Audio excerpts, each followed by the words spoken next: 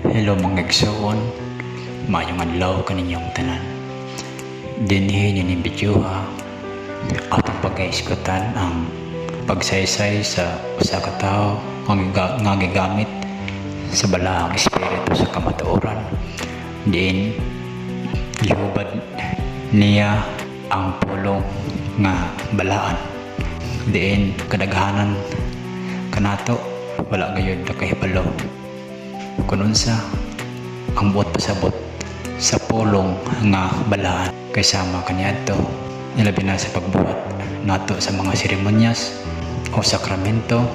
Ang sakramento mao ang balaan nga kasabutan apan daghan ang nagbuhat og mga sakramento apan wala gibalaan ang ilang pagbuhat sa imong busa karon mga igsoon. Awagon ko kamong tanan sa pagpaminaw sa mensahe sa balaang espiritu sa kamatuoran kay alang manggid kini kanatong tanan. Ilabi na kadtong wala gayud nakasabot o wala gayud nakahibalo kung unsa ang pulong nga balaan.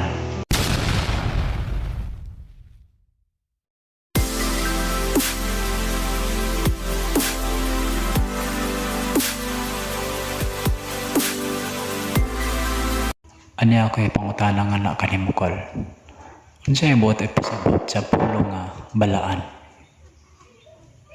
Ang balaan, dili ka na mosa. Kung magpabilin ka na sa imong kasing-kasing, dili ka na nimo mawala sa imong anak. Sama sa akong gingon kaninyo, balaanan ninyo ang akong mga pualang. Mao ka na ang wala nasabtan sa mga tao. Kanunay nakasulti nga gibalaan, ilang giludan, gibasa, apan ang ilang mga pinulungan o ang ilang binuhatan, dilik balaan. Mao ka na ang kanunay gigamit sa kalimutanan. Nagaingan nga nibalaan siya sa pulong apan wala gibuhat. Kung saan pagtawag sa tao nga gibalaan nga igo lamang sa iyang sinultian, mahanaw ka na sa diyutay nga panahon. Apan kung balaan ka na, dili ka na mahanaw. Mga kanunay kung ginasulti ka ninyo, anaan ka na sa balaang kasulatan, isulat ninyo sa inyong kasing-kasing. Kaya ang templo sa Diyos, Diyos nga balaan, ana sa inyong kasing-kasing. Tanawan ninyo ang mga tao nga nagsakripisyo, naghatag siyang kaugalingan alang sa katawan, di ba gibalaan? Mausap ka na ang gisunod sa mga tao nga nigamit usap ka na ako. Ang mga taong balaan, gibuhat nila nga nagmilagro o gigamit nila aron sila usap ingdong nga balaan. Apan nagbalaan pa sila, nagasunod pa sila sa ilang gibalaan o ilang gibuhat nga modelo. Sama usab ka na ako, kanunay nagaiskot nga sila gibunyagan sa espiritu.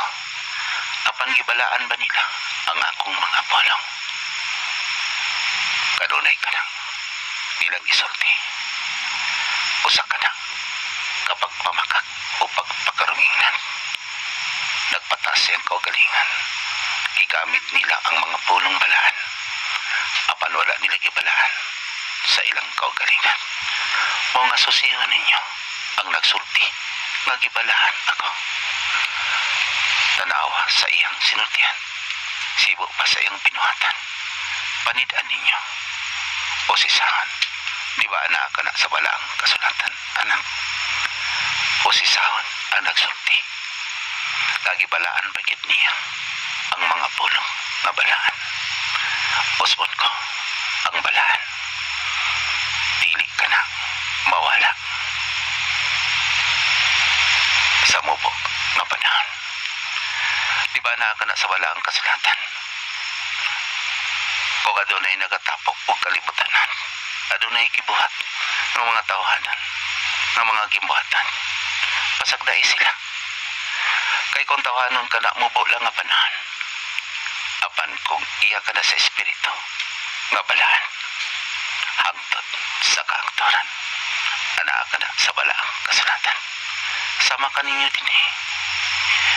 Taas nga katuigan nga nagantos ka mo. Apan nagpabilin pa. O naningkamat. Dili, tinawag pinaagi sa balawat. Kung dili, pinaagi sa pagtuo. Kay wala man kamoy balawat din eh. Apan gibalaan man ninyo ako. Gibalaan ninyo mga pulang. Nakailaman ka mo. Sa espiritu. O gusto ka mo, kanunay magsukti. O nagpuyo, uban ka ninyo. Nga sama ka ninyo. Nga nagbalaan usap sa espiritu. Salamat ka ninyo.